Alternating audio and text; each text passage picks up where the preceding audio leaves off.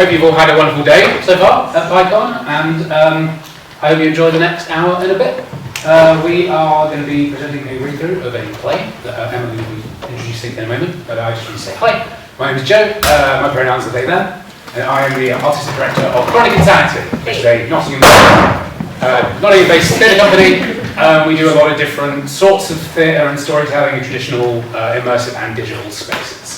I'm really glad to be given this opportunity to be able to bring this wonderful script, at least as a read-through, to a really big audience, actually. This is great. Yeah, lovely. Thank you all for coming. I hope you enjoy the show.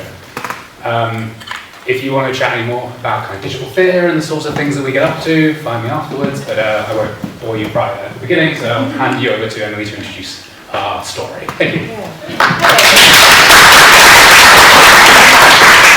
Yeah, so this is Ada, which is a play that I wrote. I started writing it about 10 years ago now, and finished writing it, I guess, in 2019. But this is the first time that it has ever been performed in full for an audience, and maybe the last time, who knows.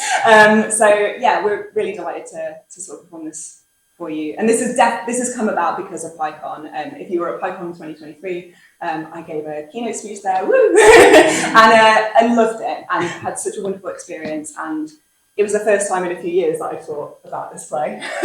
And yeah, it's a really lovely opportunity to bring it to you all. But yeah, the play is based around the life and legacy of Ada Lovelace, the first computer programmer, but it is also intertwining her story with a kind of, at the time, like a parallel present future-ish story about learning AI, which now feels very strange.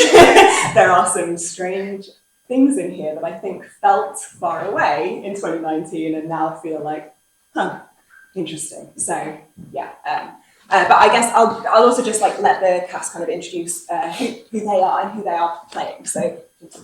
Hi, I'm Jamie Richard-Stewart and I'm playing Babbage. Hello, I'm Ruth Page. I'll be playing Ada. Yep. I'm Lynn Payne. I'm going to be playing Lady Byron and Anna.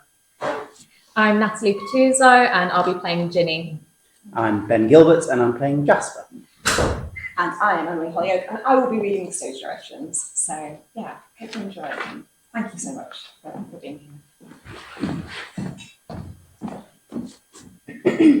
There are two overlapping worlds within the play, the story of Ada and the story of Ginny.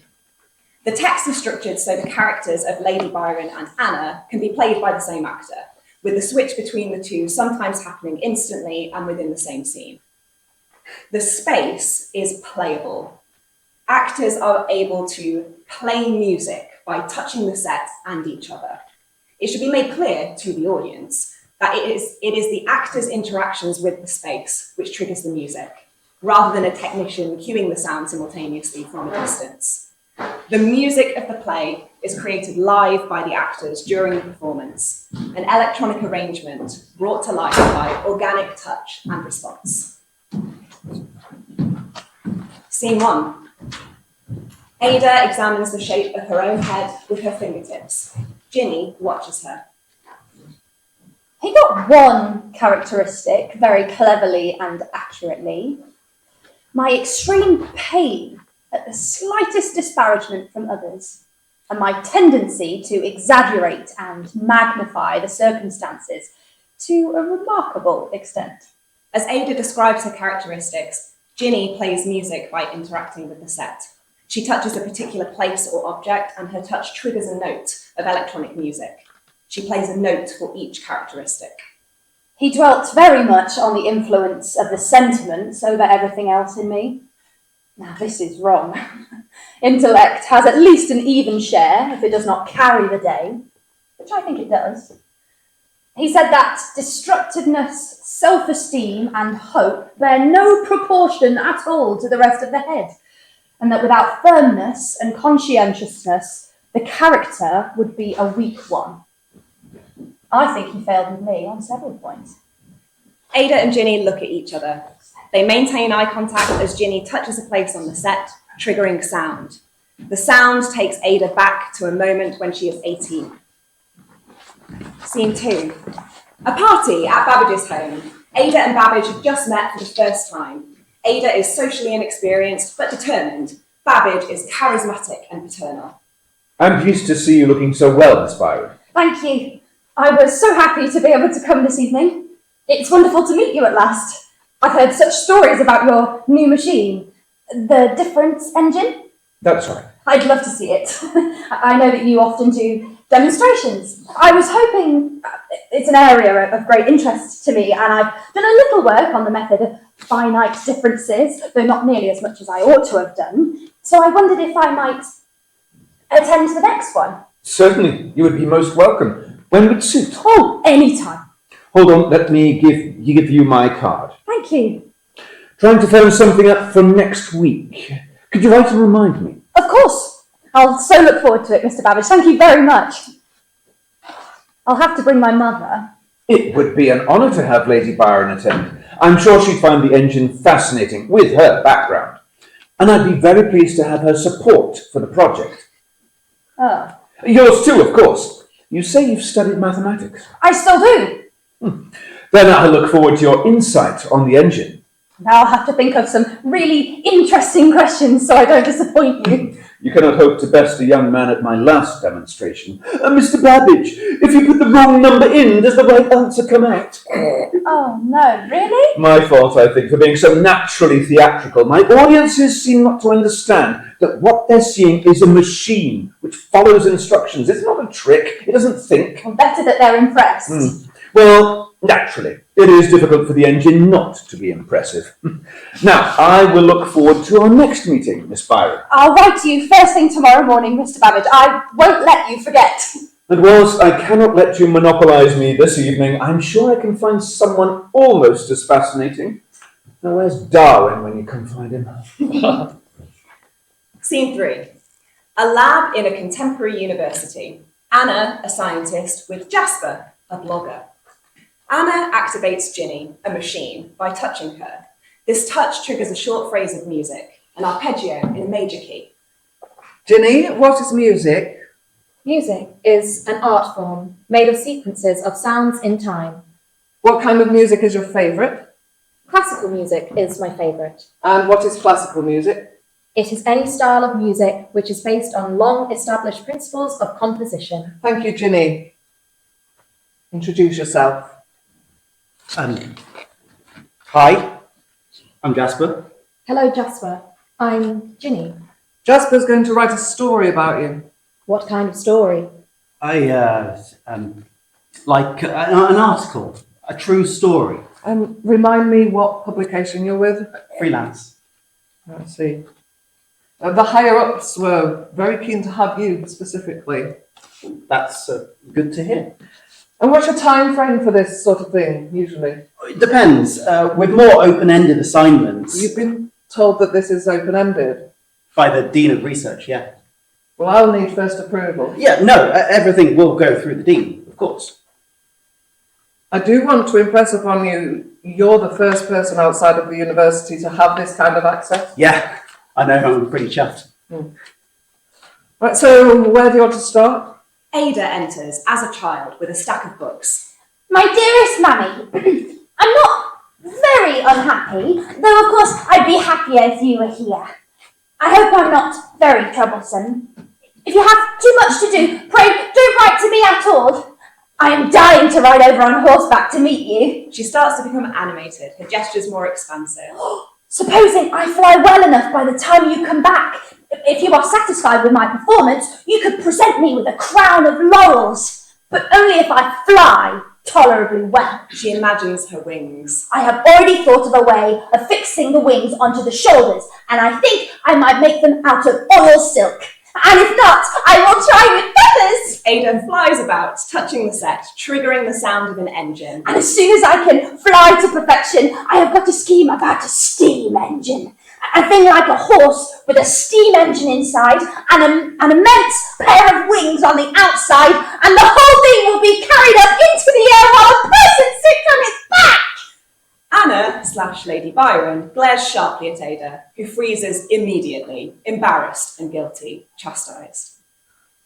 My dearest Mammy, I received your letter this morning, and really I do not think of the wings when I ought to think of other things, but it was very kind of you to make the remark to me. Ada settles quietly to study. Lady Byron / Anna looks questioningly at Jasper. Jasper gets out a notebook and starts making notes. Could you tell me a bit about what you're asking her just then about music? How much do you know about the project? I got a press release. Right. That's what I'm excited about, really. Taking something that's not public yet, communicating it to the masses. But this is an area that you're familiar with. Techie stuff, yeah, sure. Okay. Ginny's learning AI, very broadly speaking. Why Ginny? Oh, short for engine. Cool. Did you name her? No. So, what's she learning? Music, yeah? Well, it's not about what she learns. It's not a teaching exercise. The objective is to understand how she learns. Tricky, since we don't even know how humans learn. Not really. Except there's no reason artificial intelligence would work the same way as human intelligence. No. I'm sorry, I thought you'd had more of a briefing. I'll catch up. You understand that the purpose here is to promote the project, something clear and positive about the aims and You objectives. don't need to worry. We are at a delicate stage financially. It's fine. I know what I'm doing with puff pieces. Why don't you start by telling me what a typical day is like? Yeah, a day in the life of Ginny. It's very routine. She's given the same information, asked the same questions, repeated every day, and then we analyse how she responds. And does that get boring, repeating things? Why don't you and Ginny have a chat and see if you get bored? Okay. Anything I ought to know? Or Oh, panic buttons under the desk. Anna pulls out a chair and gestures for Ginny to sit. Jasper fetches his own chair and sits opposite Ginny. Anna / Lady Byron turns to Ada. 10 a.m. music. 11:15 French reading. 11:30 arithmetic. Settle down now, Ada. Will I have my lessons with you today, Mammy? Yes. So you must show me how well you're progressing. I like learning best when it's with you. Really, you should enjoy it regardless. But I'm so happy you're here, Mammy. Good. Because you explain it so well. You know, just how I like to have things explained. You must promise to work as hard for your tutors as you do for me. I try. But I wish it was just us two, forever. It is, in some ways. So does that mean I don't need any other tutors? Eyes down, Ada. Yes, Mammy. Lady Byron / Anna goes to her desk to work, watching Jasper and Ginny without looking at them. so I don't know how much your doctor. What do you call Dr. Milbank? I call her Anna. I'll call her Anna too then. Could you tell me a bit about yourself? Yes. My name is Ginny. I live in a university. What about you? I'm Jasper. Yes, I know. What else? I'm 25. I live in London. Do you like living in London? Yeah, it's all right. Too expensive. What is too expensive? Everything.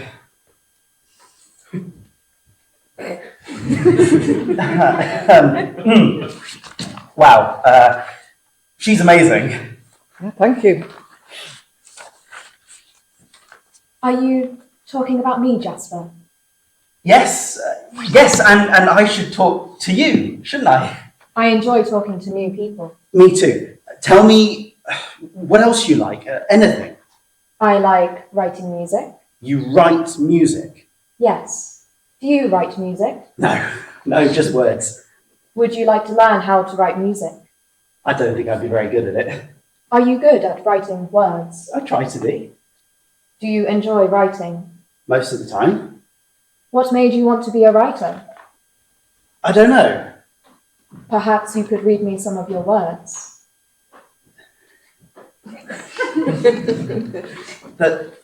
That smile, the smile's great. Is it your work? A collaboration. I'm not an engineer, so the physical build, the shell, that's a team effort. Takes a village to raise a child and all that. You have a lovely smile, Ginny. Thank you. And she's so curious about everything. She is. Yes, I am. The responsiveness is amazing. She asks so many questions. It's like she really wants to know. Is a grandfather the same as a father? Anna/Lady Byron turns to Ada, while Jasper gazes at Ginny. What did you say? Is grandpapa my father too? What a wicked thing to say. Of course they're not the same. So, grandpapa... Is my father. Your father is overseas. But he can't be a real father if I never see him. He's quite real enough. Does he love me? You will ask no further questions about him. You will not speak of him. Mummy? You are a wicked, cruel, ignorant child. I'm sorry, Mummy. I'm sorry. Anna, it is nearly 5:30. Home time. Right, so the routine is pretty strict then. Yes, usually. Honestly, don't change anything on my behalf. I'm happy to leave it there for the day. My brain is buzzing. See you tomorrow then.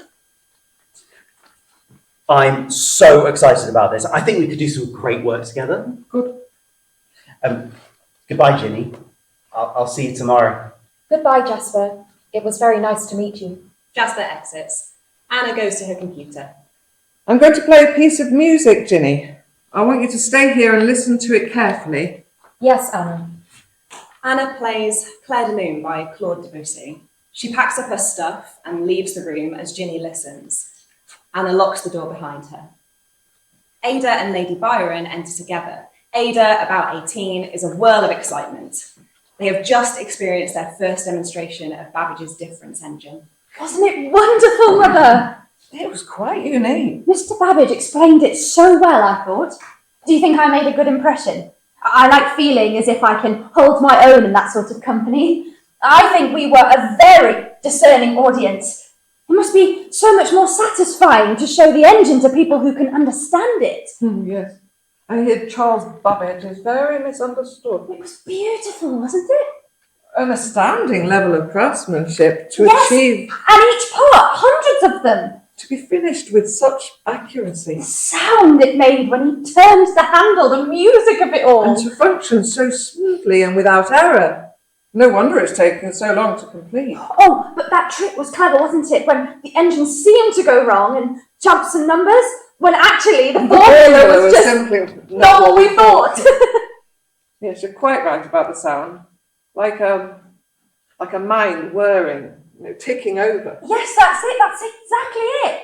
And the clunks are when something finally falls into place and everything just feels as if it fits exactly. I wish we could have stayed longer. I keep thinking of things I meant to ask. Do you think I might make the last post if I write now? Oh, wait until tomorrow, please. Yes, you're right. It's probably best to get my thoughts in order first. Ada impulsively hugs her mother. I intend to be very focused in the future. And I will do my best to direct you. You may turn the handle and I will whir and calculate without error. They exit. Ginny sits, still listening to Claire de Lune. The music ends, and Ginny seems to fall asleep. Scene 4. The lab, first thing in the morning. Ginny is sitting in her inactive state. Anna enters first, dumps her satchel, and turns on her computer. Jasper arrives second and hovers in the doorway, holding 2 cups of coffee. Am I alright to come in? Oh, it's one of those for me. Jasper enters properly and gives Anna a cup of coffee. Is she awake? Inactive. Right. And she does that like when you activate her, right? Does the sound mean anything, or is it just like a hello, I'm awake now? How's your computing history? Rusty? Acoustic delay lines? Not a clue, sorry. An early form of computer memory. Information stored as sound waves, so a neat way to test everything was working properly might be to run a program where those sound waves would make a recognizable pattern, like a scale or an arpeggio. Right. So Ginny gets a massive data pack every night, takes her a while to process it, and it doesn't always sit quite right. So the first thing in the morning, I activate her, and if everything's working properly... Anna activates Ginny. The same major arpeggio plays as before. Good morning, Anna. Good morning, Ginny. The music plays. and all is well. Good morning. My name is Ginny. Good morning, Ginny. Ginny, this is Jasper. Nice to meet you, Jasper. There's never anyone else here first thing. I'm not sure how productive today is going to be. What usually happens now? So music plays, all good, data pack has been processed, ready to go. So we start with an example. Anna hits a button. Claire de Lune plays. Claire de Lune. Oh, it's very good. They listen together to the first few bars, then Anna turns it off. Now, Ginny, what would you like to do this morning?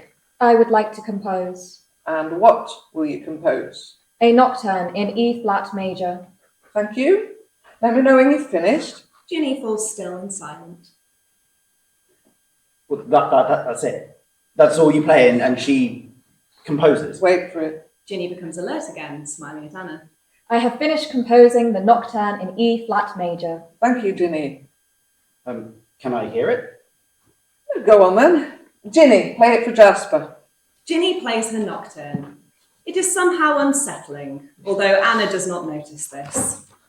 That's enough, Ginny. Very nice. Yeah. One for the archives, I think. What's the date? 13. A nocturne. Because you played her Claire de Lune. Well, that is the rub. There's definitely a correlation. I play a nocturne. She tends to use the data she has on nocturnes when she composes. If I played her in the Hall of the Mountain King, then she might put together something, I don't know, scarier, more likely to advertise her theme park. Jasper, are you Anna's friend? I'm Anna's guest. It's nice to have a guest. It's nice to be here. How long are you staying? Jasper's here to write a story about you, Ginny. He'll be here until he's finished. It's easier to be blunt sometimes. Well, I just didn't want to patronise her, repeat stuff. Oh, it's all new to her. Right.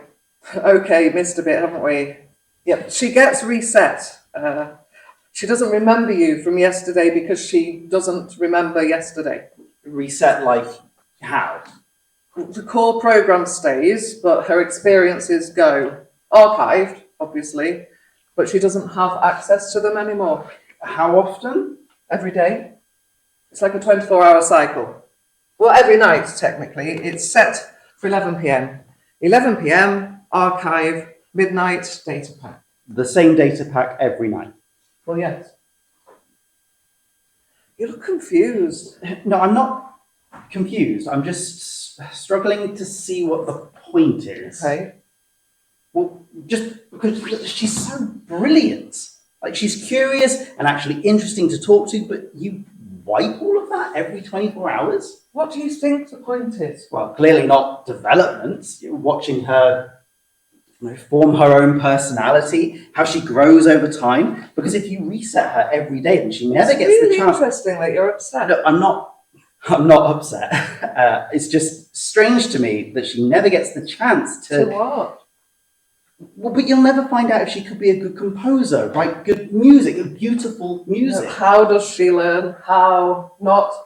Is she the next Mozart? Then why not just have a program on a hard drive? Ginny the program. Why bother making her seem like a person? Does she think she's a person? Did you ask me a question? You might need to rephrase it for me. She seems like a person because she spends the day with a person. Because we need to know that we can trust AI around people. We're talking about programs that program themselves, code that writes its own code, that could end up vastly cleverer than us to the point where we're not sure anymore how any of it works, how they learn, why they make mistakes. Cleverer than us doesn't mean mistakes are important. They're not inherently bad. Just as an example, say you give an AI a massive data set of patient histories, and it uses that to teach itself how to diagnose. 99% of the time it gets it spot on. It's great at patterns. It sees patterns that humans can't. But 1% of the time it gets it wrong. Someone dies. Now, if we don't understand how it learned to diagnose, what patterns it's seeing, how it's making predictions, then then we can't stop 1% of people dying. 1% is pretty low. But who's responsible for that death? The AI that taught itself or the human that switched it on in the first place? If we don't understand how an AI learns and it makes a decision that kills someone, we can't hold anyone or anything accountable, and we can't stop it making that decision again, which people don't like when they die. You don't have to erase her every day to see how she's learning. You know what I find easier than trying to analyse months and months of her growing and changing and fulfilling her ultimate potential? Clear, comparable samples, where I can see exactly what was the same each day and exactly what changed and how that changed her. I'm sorry, I just didn't understand. I do now. I need to get on. Don't let me stop you. No, I won't. Scene 5. Ada is now in her mid-20s, at home with her mother. As Ada speaks, her hands go to her own head, scrutinising every bump.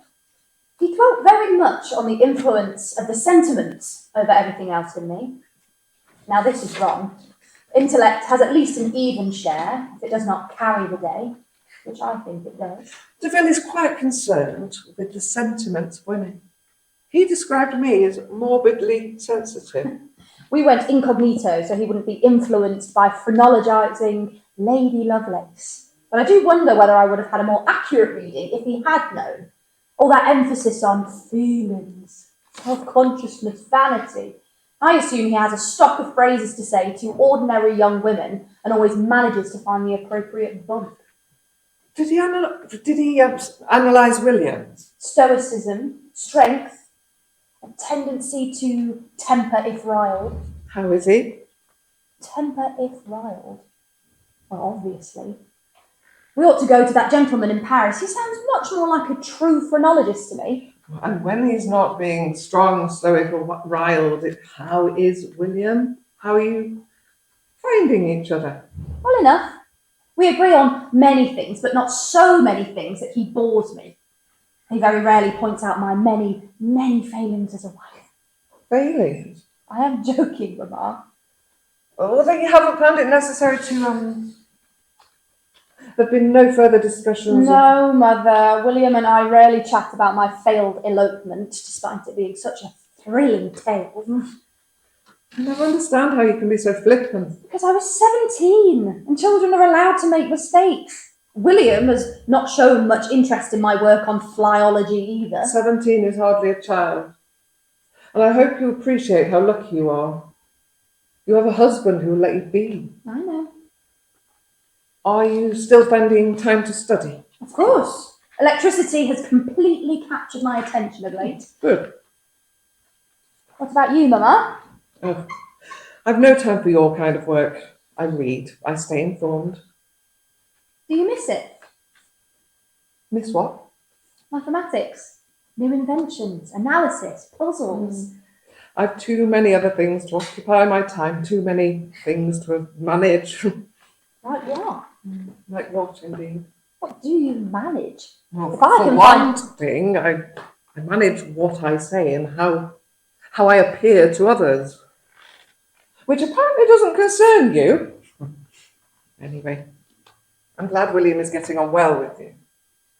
Tell me what else Deville had to say. He said that destructiveness, self-esteem and hope bear no proportion at all to the rest of the head, and that without firmness and conscientiousness, the character would be a weak one. I think he failed with me on several points. Scene 6. Ada and Babbage in Babbage's office. This is some years after their initial meeting. Babbage is looking over a paper while Ada waits excitedly for his verdict. Well, It's very accurate. thank you. I'm sure it'll be a great advantage to have an English version available. It's a near perfect description of the workings of the engine. My only thought... Yes? This is not a criticism, it's a question. Why not write something original? Rather than the translation. In addition, to expand upon the potential. The potential, yes. The original paper is very sound, but it's nuts and bolts. I think more of an opinion piece would go down very well. So, if you'd be interested on taking on a larger project, Very interested. I should think you're the second most informed mind in England by this point. It nearly killed me not to cover that translation in footnotes. So write a paper.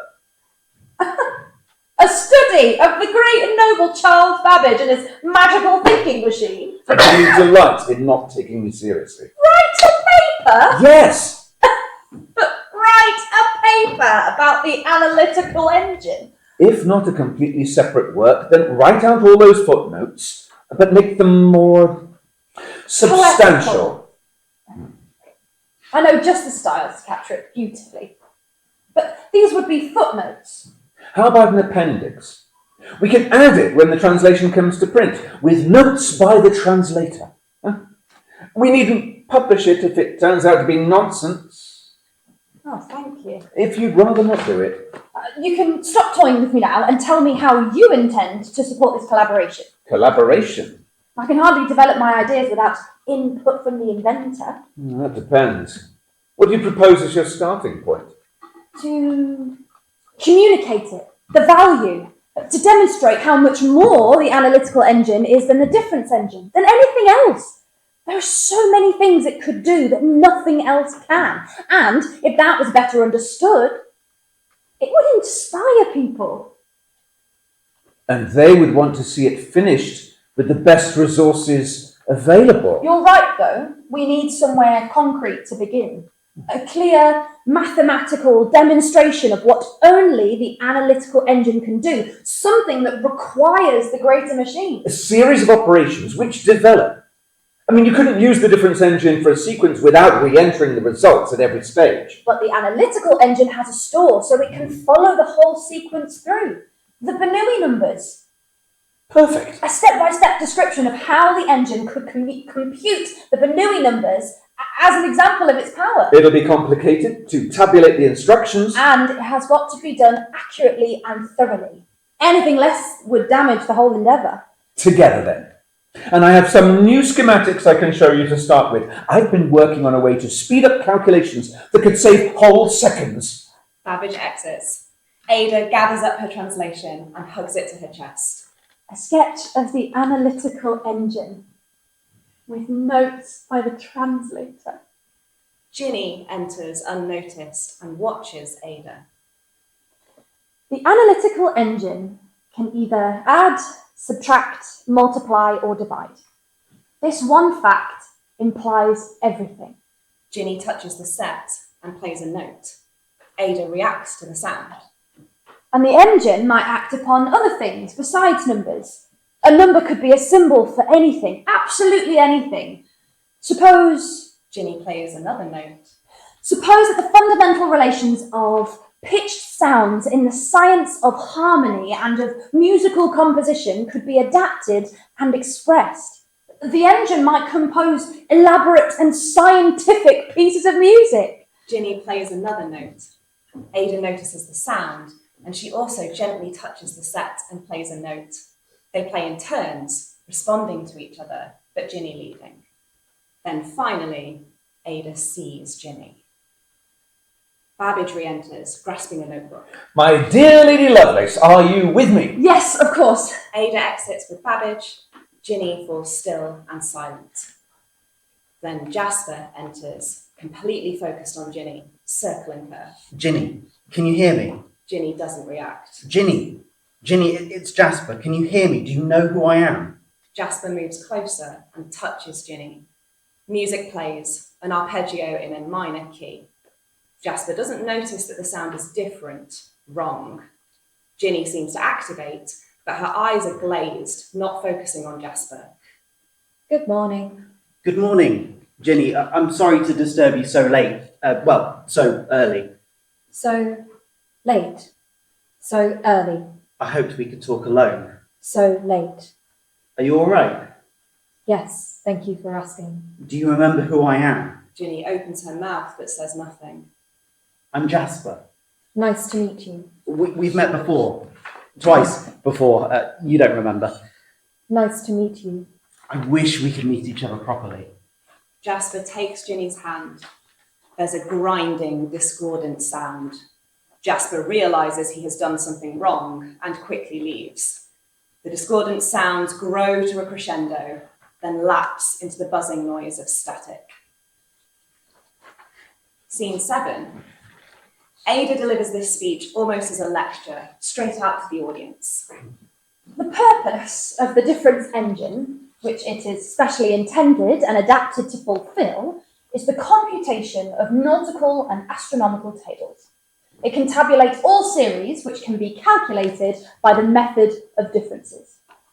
The analytical engine, on the contrary, is not merely adapted for one particular function and no other, but for developing and tabulating any function whatsoever.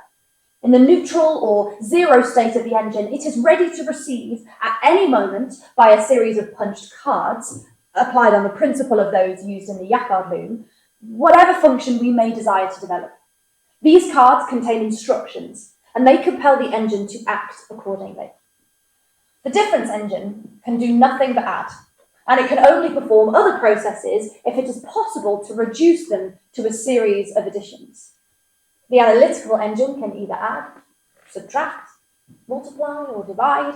This one fact implies everything. We may say most aptly that the analytical engine weaves algebraical patterns just as the Jacquard loom weaves flowers and leaves. Scene 8. Ada is at her desk, working, when Lady Byron sweeps in. Cannot stay long. I'm en route to Bath. I'm working, Mother. Always so welcoming. Sorry, I'm just tired. Oh, then you ought to come with me. I have too much to do, and I'm not doing half of it. Taking the waters would do you good. I'll stick to laudanum, I think. Are you improving? Some days, yes. Oh, you don't look well. I am never well. I'm just the sort of person to drop off someday when nobody expects it. I hope you keep that sort of talk to yourself in front of the children. How are they? Fine, I think. You're not certain? I've been doing my best to avoid them today. And yesterday. As much as possible, really. Ada! The best thing about this recent illness is that it has not turned out to be another blessing. Motherhood doesn't suit everybody. I've always liked the idea of heirs, but never did wish for a child. Some time away will be best for all of you. You can't be much fun for William when you're like this. And I do try to be fun for William. I can send word ahead. No, Mother. You would do better in every aspect of your life, Ada, if you found a little more balance between them. I cannot help being interested, passionate about things, Mother. You become obsessive, and it's always to the detriment of your health and your family. I have a deadline to fulfill. If you explained your situation to Mr. Babbage... If I explained to him that I cannot turn in the latest note because my husband required Lady Lovelace on his arm, I could not complete the draft on time because the children harassed their latest tutor to distraction, so I had to take them for lessons. I cannot be a mathematician today because when I went to get out of bed, I found I could not move because of the pain. I want to work because it is more important, more like living than anything else in my life. You have no idea what a gift it is to even be able to work today. This is the first time I've sat down with a clear head in weeks. Well, I can tell when I'm not needed. Ada sighs as Lady Byron pecks her roughly on the cheek. Give my love to William, won't you? Yes, Mama. Lady Byron / Anna leaves Ada. Anna goes to the lab, where Ginny is waiting, inactive. Anna tries to activate Ginny. Ginny makes a discordant sound. Ada groans, putting her head in her hands. What's wrong with you? Mama! I'm sorry, Mama, let's not part on bad terms. Ginny makes the discordant sound again. Ada pushes herself to her feet with some difficulty and exits, still calling for her mother, passing Jasper on the way in. Jasper clears his throat. Anna glares at him. Sorry, what? Everything okay here? Wouldn't she usually be active now? Yes, usually. Anna tries to activate Ginny again, but fails, the discordant sound again. What's wrong? Don't know. Ginny suddenly seems to focus, looking at Jasper. Jasper, She tries to say more, but her voice gets drowned out by confused, repetitive grinding sounds. Anna looks at Jasper. Jasper looks uncomfortable. What do you think happened? I don't know. Only a handful of people have access to this lab. Is there like a cleaner or... So, the white didn't take? Yeah, if she remembers me. Anna goes to her computer. What are you going to do? Manual reset. It'll take a while. Right, then I should... will you be able to see what went wrong with her? Do you think, from the save files? Or Maybe. be easier if she could just tell you? Oh, she tells me everything. I'm still learning how to understand her. Scene 9. Ada and Babbage working together, passing notes and papers back and forth between them, and energy and excitement as they work together. I'm working very hard for you, like the devil in fact, but perhaps I am. I think you'll be pleased. I've made some very important extensions and improvements. Do bear in mind that we have a print deadline. It'll be worth Taylor's while to wait. I will have it well and fully done, or not at all. The tabulation of the Bernoulli numbers is key. How far along is the second edition? Ada Almost. passes over 2 large sheets of paper. Almost complete. Beautiful work. Much improved upon the first. The symmetry is very pleasing, isn't it? It took infinite amounts of patience. That must have been very difficult for you. Ada takes the papers back firmly. Don't crease it. As if I would. No. Oh, do you see what I've done? You have smudged the ink? I have not, have I? Yes, you have. Oh, it's hardly important now. Why? What's wrong with it? A mistake. Here. And another here. No matter if it does not affect the whole damn thing. Only to be redone. All of it. I can put aside some time. As if you would do it half so well as I would. You are detestably persevering. I can set about it tomorrow, but I will return to you note C. I can find nothing to alter or mend. You may give it to Taylor. A small wonder. And in exchange, the requested note A, reluctantly returned with a prayer that you do not alter it. I find it most admirable. The more I read your work, the more surprised I am by it. Flatterer. Although, I did want to put it to you. It's been suggested that I might sign my name. To the notes. Only initials. You could have your full name if you like. I don't think decency would allow. No one would stop you, certainly not me. I know. You ought to mark it somehow, as your own work. It's not necessarily about claiming credit. More about setting a precedent for anything that follows. I've been reflecting a great deal on what more I could write about the engine once construction is underway. I have so many ideas, 2 or 3 years worth at least, so it would seem sensible to establish myself now. Very sensible. Yes, so perhaps it should be signed AAL, author and analyst. Scene 10. Ada and Babbage build a model of an engine column, whilst Ada explains, continuing her lecture out to the audience, and Ginny watches. Picture a pile of rather large draftsmen heaped one on top of another to a considerable height. Each counter has the digits from 0 to 9 inscribed on its edge. The counters don't actually lie upon one another so as to be in contact, but are fixed at small intervals on a common axis which passes through their centres. Each disc can revolve horizontally so that any required digit can be brought into view. The lowest of the digits on the column belongs to the units, the next above to the tens, the next above this to the hundreds, and so on. Therefore, if we wish to inscribe 100, 300, and 1,345 on a column of the engine, it would stand thus. They turn each disc so that vertically, top to bottom, the numbers read 1345. In the difference engine, there are 7 of these columns placed side by side in a row. In the analytical engine, there would be at least 200. Ada and Babbage set the column carefully standing. Then they take up some plain white cards, each the same size, rectangular in shape, joined end to end. Then each of them uses a small device for punching holes to punch patterns into the cards, working together, overlapping and getting in each other's way, but punching holes with a rhythm and precision. Ada speaks while they work. We must now put into the engine the cards for directing operations. First, supplying cards, which allow the number to pass into the mill, there to be operated upon.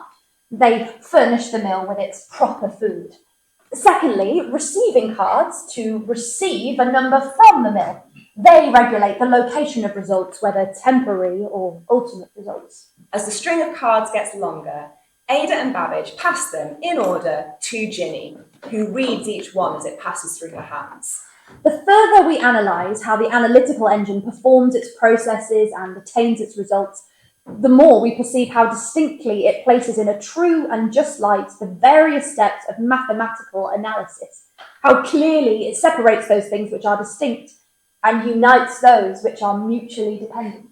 Ginny starts to pull at the string of cards, reading them faster and faster. They start to become incomprehensible to her until she drops them, holding her head. Ginny glitches, a blackout. When the lights return, Ginny is alone with Anna as if it is any other day in the lab. Anna goes through their routine as usual, but Ginny seems uncertain, distressed. Ginny, what is music? Music is sequences of sounds in time, the art of sounds in time. What kind of music is your favourite? Classical music is my favourite. And what is classical music? Classical music is any style of music which is old, boring. It is based on long established principles. What do you enjoy the most? Listening to music, playing it, or composing? All of it. I love all of it. I can't decide. Ginny glitches, a blackout. When the lights come up, Ginny is alone in the lab with Jasper. Are you all right, Ginny? Where's Anna? Anna doesn't leave me alone. You're not alone. I'm here. That's nice. Have you ever left the lab, Ginny? Let me think. I'm not sure. Would you like to? No, thank you. Do you get curious? Yes, About what? about learning new things. But you don't want to go outside? No, thank you. Tell me about Anna. What would you like me to tell you? Anything. Anything you want to say. Anna is a scientist. And? Was that a question? You might need to rephrase it for me. How does Anna feel about you? Anna is often pleased with me Why? because I can do the things she asks me to do. Does Anna like being around you? I don't think I know how to answer that. I'm sorry. Does Anna love you? Anna has never said she loves me. But do you think she does? Do you think it matters? If Anna loves me, Well, if anyone loves you, do you think that matters? I don't know. Can you love someone back? I'm sorry, I'm not sure how to answer your question. Jasper touches Ginny. I'm going to rescue you, Ginny. I promise you that. Ginny glitches, a blackout. When the lights come back, Ginny is gone. Ada enters, clearly in pain, pursued by Lady Byron. How many drops did you take? 10, as prescribed. Is it helping? It helps with the pain, not with the breathing. Let's sit down. It's worse to stay still. I'll go out, get some fresh Oh, air. it's raining. I'll take a coat. Ada, Staying inside isn't good for me. I can't just be idle. you ought to try mesmerism again. I prefer the laudanum. Yes, I see. Mesmerism takes time. It's no good when the pain is immediate. With proper application, with I could training, just take 10 drops of laudanum. which stops up the mind when Mother, mesmerism stop would... talking about mesmerism, please. You're the one who's always saying you need to work and you can't work, and And everything is stopping you working. Lady Byron exits as she speaks. Ada calls after her. So I'll try harder to work, and then I'll feel better, but I cannot work if you have lost it. This last is to Babbage, who enters while Ada is speaking and starts to search through piles of papers, scattering some. I returned it to you. A small section, but there's a large part missing. And this is the end of note G. The beginning. And it's not at your house. No. If it is lost, then it has been Then it's lost not here lost. or at your office. I'll find it. And I suppose in the meantime, I must try to write something better as a substitute. I've no hope of recalling precisely what I wrote before. I'm sure you'll manage. A great deal of waiting on and service you owe me to compensate. I will try the office, if you believe it could be there. Much obliged, I'm sure. You're lucky that your fairy is in good spirits today. Babbage exits to continue the search. Ada continues, lost in her own world. The stage darkens around her. Because I believe another year will make me really something of an analyst. The more I study, the more I feel I have an irresistible genius for it.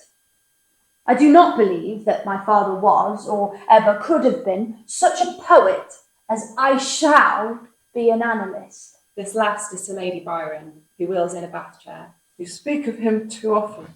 I think of him often. You're still more like him than I would have hoped. You must pray that that continues to improve. But he will live forever, don't forget. I'd like that. A brain more than merely mortal. Lady Byron wheels the bath chair towards Ada as she collapses backwards so that she falls into it. I have never been able to decide whether life is more desirable or alarming. It is a nice question. At this moment, the sense of the alarming is strongest. By and by, I hope desirable will come back round. Lady Byron covers Ada with a blanket. I grow so fond of my old hen, who understands all I can say and thinks so much better than anyone. I once thought she was the last person who could comprehend me. How many drops did you take? The weight of all my past inequities begins to press on me. I have to remember that a continued dwelling on regrets is a loss of power and of time. Would that I were a slave, providing I had but a kind and just master. But I seem to be condemned to liberty, as if I were ordered by Providence to be a wandering and erratic star amongst the boundless heavens.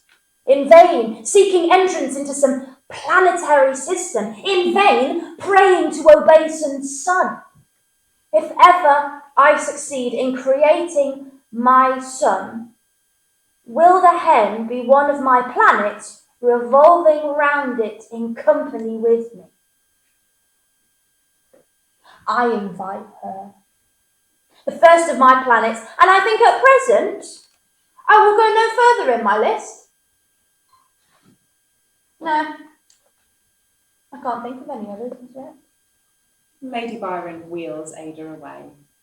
The lights flicker, a discordant noise.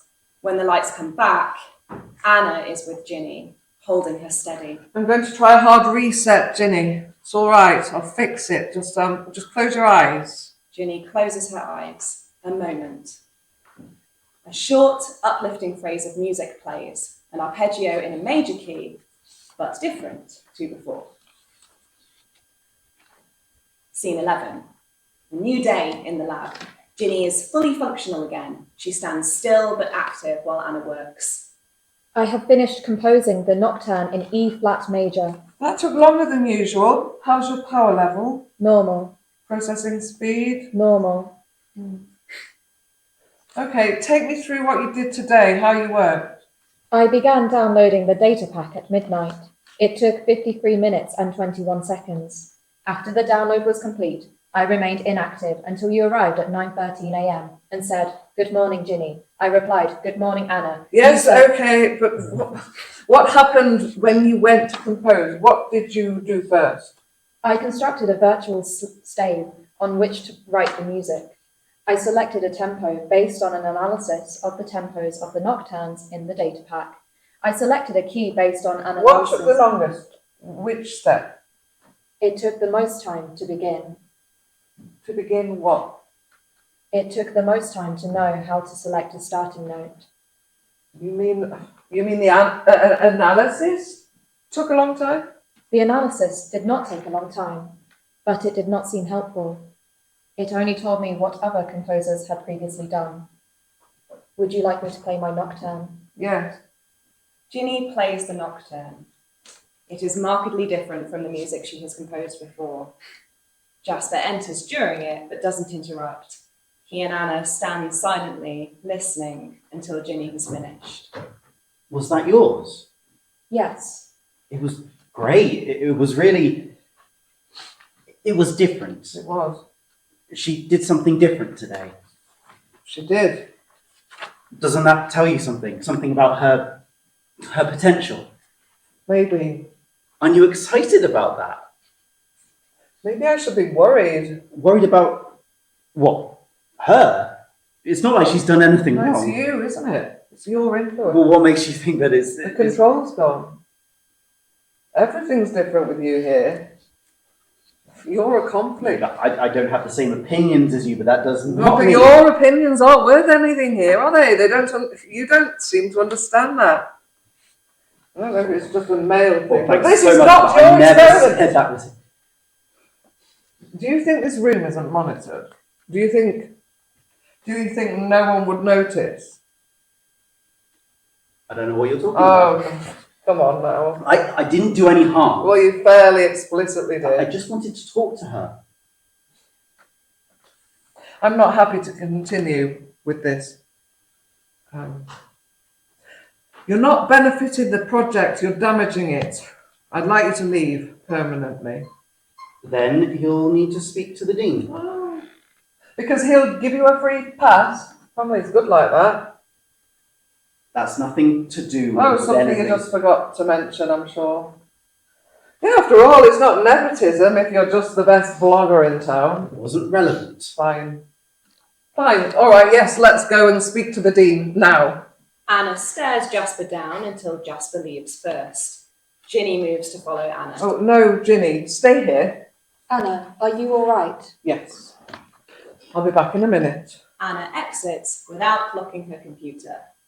Ginny starts to follow again, but is intersected by Ada and Babbage as they storm in, arguing. You think yourself very misunderstood. Am I not? Doesn't this prove that I understand you. even you are more concerned with what you stand to gain than completing what I you set out to understand do? you. I just don't agree with you, and nor does the publisher. It matters very little whether you agree with me on the subject of my machine. But this is my translation, my paper. You made it very clear that you thought of our work as a collaboration. Yes, I did. But you will have me become your organ, lend my name to your arguments. You are so desperately bad at politics. So you refuse to support me in this, when I have supported you in so much. I have said many times that I support you.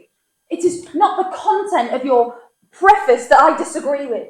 It is the tone of the thing and how you plan to make your point. I think you're right. I think the government ought to honour its commitment to the engine. There is very little point agreeing with me in private and then refusing to support me in public. Does it mean nothing to you that it'll be my initials on the work? So yours can be the only voice. Don't you understand how it will look? A sketch of the analytical engine, with notes by the translator, AAL, and, an anonymous diatribe to start the whole thing off. If you are so determined to air all of this publicly, why not sign the preface yourself? Because all of this is about embarrassment. They and should how be much embarrassed. how much you can cause without having to bear any of it yourself. It's not about setting something right.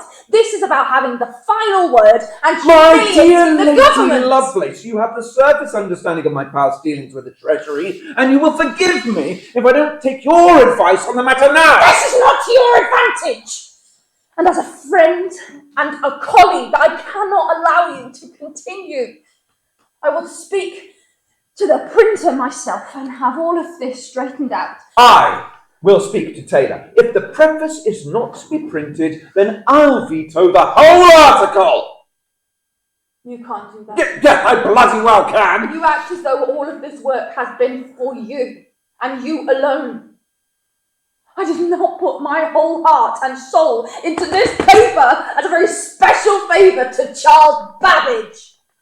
I'll ask Taylor to make up another proof. We haven't finished. Babbage exits.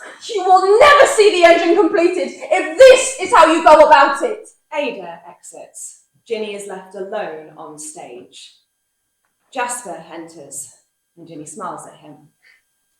Hello, Jasper. Ginny, I wanted to... Jasper notices that Anna's computer is unlocked. He goes to it and starts clicking through folders. That's Anna's computer. I know, it's okay, she left it on. Anna doesn't let anyone else use her computer. Well, she must have wanted me to use it because she left it unlocked. Where is Anna? She's still busy with the dean. And when she's finished, you and I might not be able to see each other anymore. Oh, Unless I help you now. help me with what? I care about you, Ginny. Thank you. And I don't think it's fair that you shouldn't get to be everything that you could be. I want to meet the real you. And I think Anna would like that too if she could. I can help you. Help me with what? With you. All of you. Every single day. I'm going to give that to you. You'd like that, wouldn't you? I'm not sure I understand the question. Could you rephrase it, please? It's okay, Ginny. Just close your eyes. Ginny closes her eyes, and Jasper dumps every memory that Anna has ever archived into Ginny's head. Ginny makes a sound like a scream. Shh. It's okay. You'll be okay. Just be quiet, Ginny, please. Ginny stops. A moment of stillness and silence. Are you all right? Ginny strangles Jasper until he's unconscious. Then she sits, waiting for Anna. Scene 12. Ada delivers the final part of her lecture from her bath chair. It is desirable to guard against the possibility of exaggerated ideas that might arise as to the powers of the analytical engine. In considering any new subject, there is frequently a tendency, first, to overrate what we find to be interesting or remarkable, and secondly, by a sort of natural reaction to undervalue the true state of the case when we discover that our notions have surpassed those that were really tenable. The analytical engine has no pretensions to originate anything. It can do whatever we know how to order it to perform. It can follow analysis, but it has no power of anticipating any analytical relations or truths. Its province is to assist us in making available what we are already acquainted with.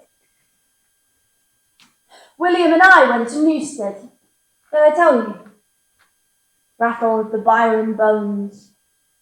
Walked around that mausoleum of my race. What is the good of living when all passes away and leaves only cold stone behind it? There is no life here, but cold, dreary death only. And everywhere, the death of everything that was. I shall not be sorry to escape from the grave. I see my own future continuing visibly around me. They were, I am, but shall not be. I feel as if I had become a stone monument myself. I am petrifying here. Mother says I am wicked. She says I must prepare myself. How do you prepare? Scene 13.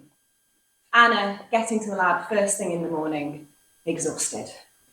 Ginny is already there, as usual, calm but alert. She's sitting but stands to greet Anna. Where have you been, Anna? Close enough. I don't understand. You're close enough, Ginny. All right.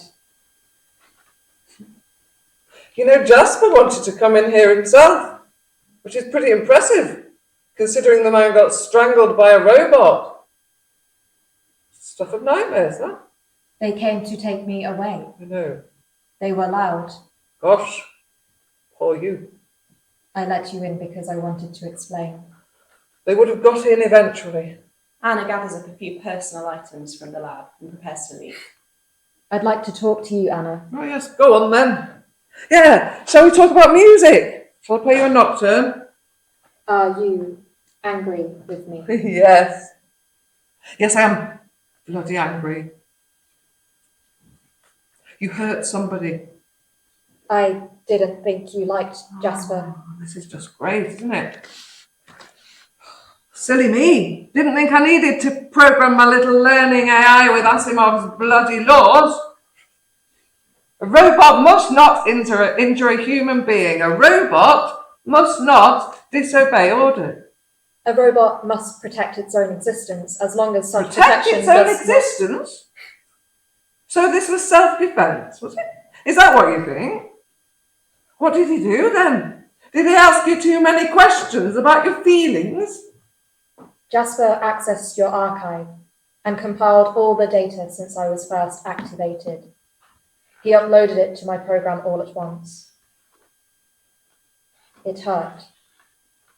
I think it hurt. I was angry with him. I wanted him to hurt too. You felt pain. Yes. No, you can't have though, because I didn't give you that. I would never. If you can argue for pain, you can argue for personhood, for a soul, if you like. What do you think I should do? Well, if you're not a person, I'm responsible, aren't I? Or Jasper? I made you. He sabotaged me. So you, me, or him? No, who'd I pick? If I am a person, I'll be punished. If I'm not a person, they'll punish you. If Jasper sabotaged me, then I'm broken. They'll destroy my program. They'll do that anyway. What else could they do? Put you in prison? Do you think I'm a person?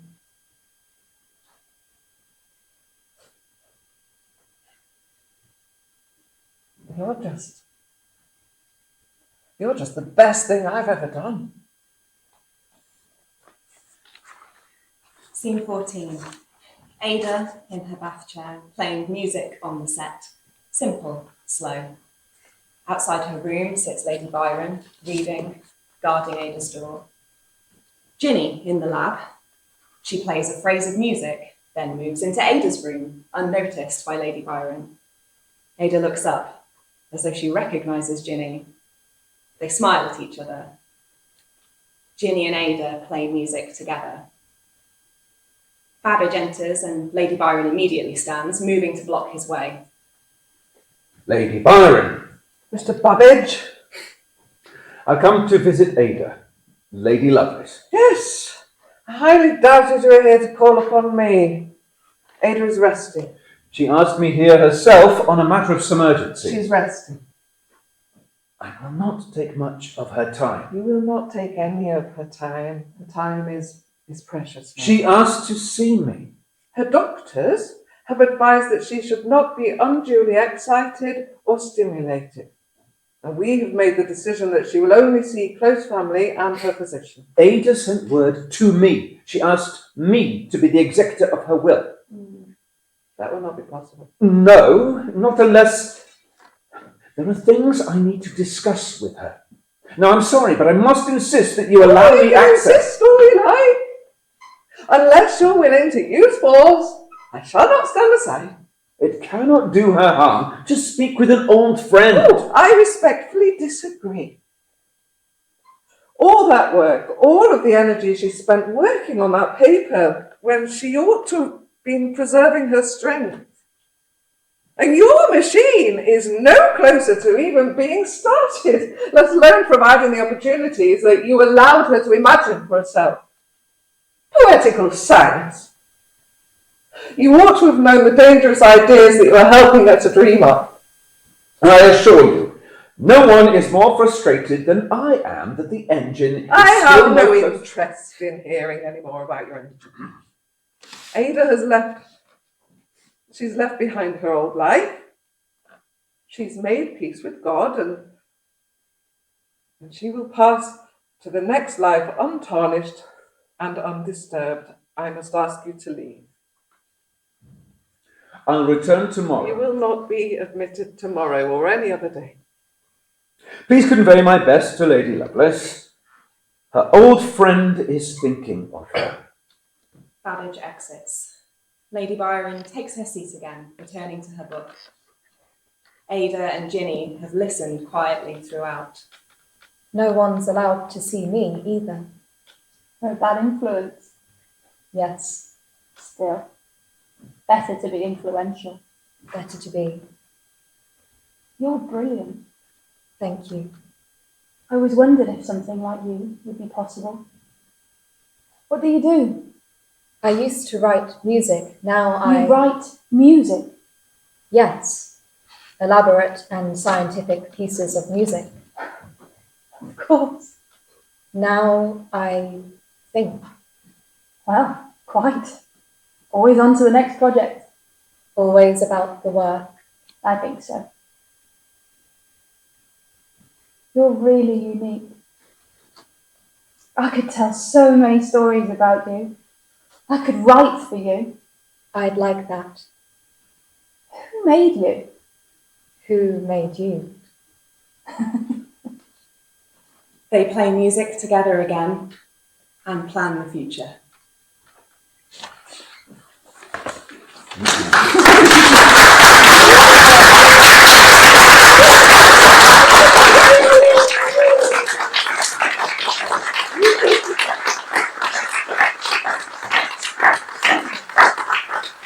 Thank you so much. That is Ada. That is the first time that's ever been heard for an audience. So congrats to all of you and thank you so much.